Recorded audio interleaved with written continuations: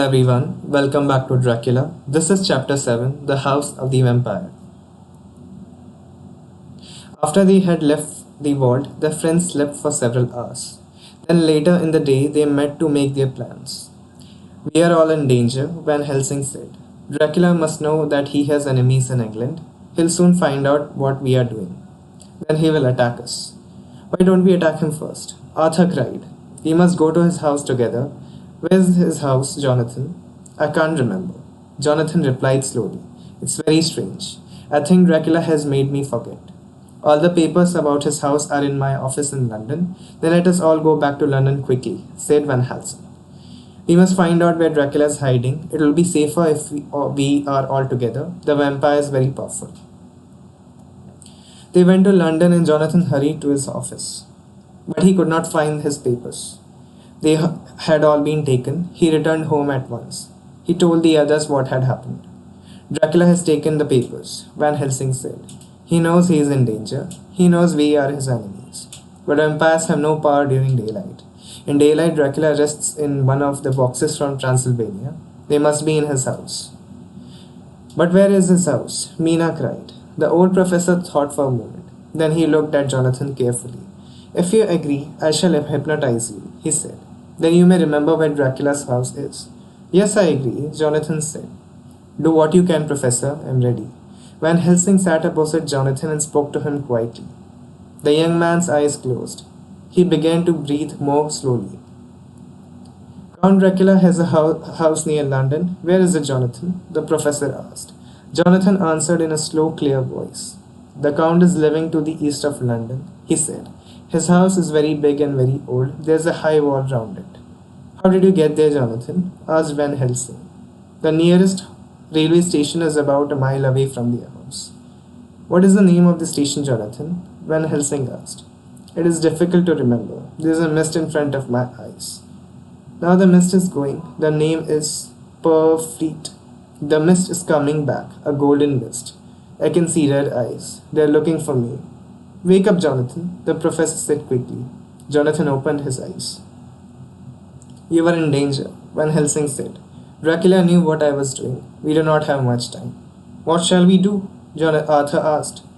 We must get into Dracula's house and look for the boxes of earth, Van Helsing replied. You must stay here, Mina. Don't leave the house.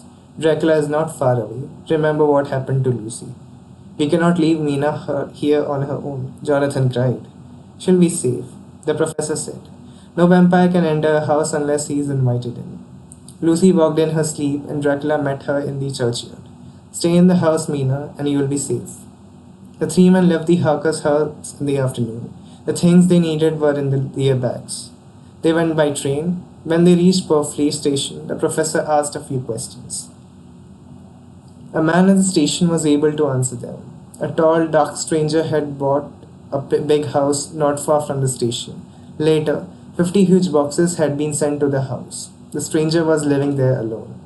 The three friends were sure that the stranger was Dracula. Very soon they were on the road to the house. As they walked, they became more and more tired. At last they reached the old house, but the daylight had almost gone. Van Helsing looked at his friends. It is dark, we are late, he said. Dracula will have left the house. While he is away, we'll destroy his resting places. The high wall of the garden was broken in one place. They were able to climb it easily. The garden was silent and empty. The house was dark. At the back of the house, they found a broken window. They were soon inside. The old house was full of dust. The air smelled unpleasant and it was very cold.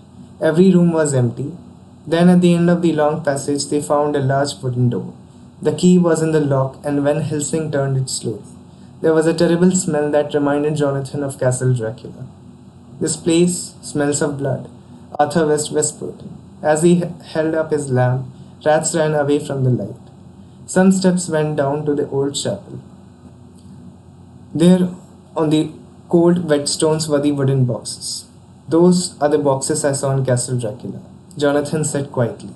We must work quickly, the professor said, opening his bag.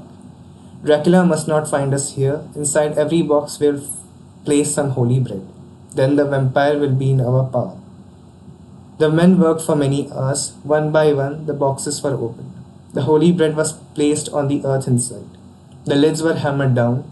The two young men worked together. Old Van Helsing stood by the open door at the top of the steps. He held a cross in his hand. Jonathan Arthur had one more box to open. Suddenly, Van Helsing gave a cry. The Count! The Count! He shouted down to them. The vampire is coming back. We have no more time. Leave the last box and follow me. One box was left unopened. Jonathan and Arthur ran up the stone steps and after the professor. As they reached the broken window, they heard a terrible cry. They turned quickly. Count Dracula was coming towards them. His face was white and angry.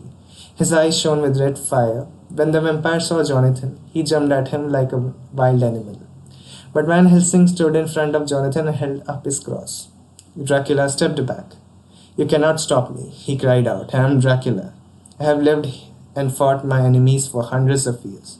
I have fought armies. How can three men stop me now? Suddenly the house was full of strange mist. The three friends got out of the window and ran across the garden. They found the broken part of the wall and climbed over.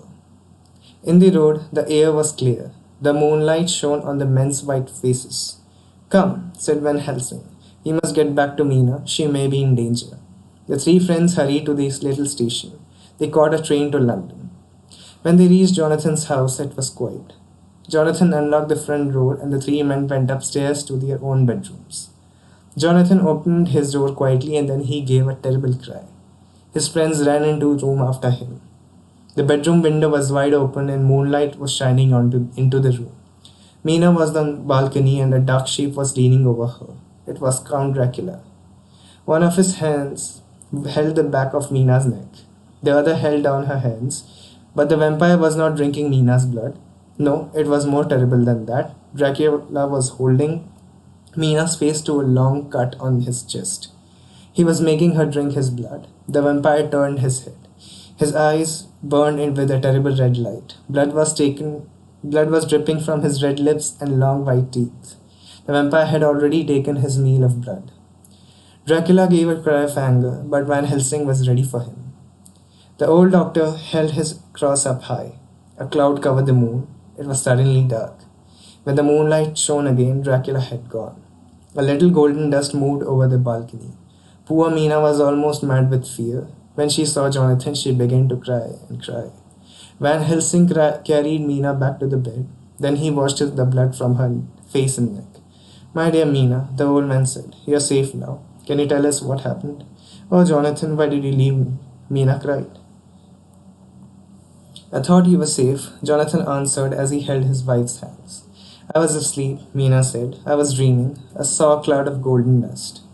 I saw eyes burning with red fire. Something woke me. It was the sound of a child crying. When I got up, I saw something moving in the garden. I opened the window and walked out into the balcony. Then suddenly he was standing beside me. I saw his red eyes, his cruel mouth, and his long white teeth. I knew it was Count Dracula. He smiled and said, Nothing can help you now. You're in my power. Mina covered her face with her hands. Then he put his lips to my throat and drank my blood. She whispered. I could not stop him, and now I have drunk his blood. I'm a vampire too. No, no, Jonathan cried. It is the truth, Mina replied. I have drunk the Count's blood and I am in his power. I must do what he wants, even if I harm you, my husband. Then Mina looked at Van Helsing with tears in her eyes. The vampire has won, she said. No, Van Helsing cried. He is afraid, I am sure of it. He cannot stay in England now. He'll use his last box to return to his own country. Sleep now, Mina. You must rest. But Mina went on speaking. I have drunk Count's blood, and I am his power. She said, but perhaps we can use this power to destroy him. Hypnotize me, Professor, before dawn. I think I can tell you what the vampire plans to do. Van Helsing sat down beside Mina and moved his hand before her face. Her eyes closed. Where is Count Dracula? What does he plan to do? Van Helsing asked. It is dark, Mina replied. Her voice was slow and clear. I can hear moving water. Oh, the vampire's power is strong. But I can hear ship and men shouting. The ship is ready to leave. There's a mist, darkness. I cannot tell you any more.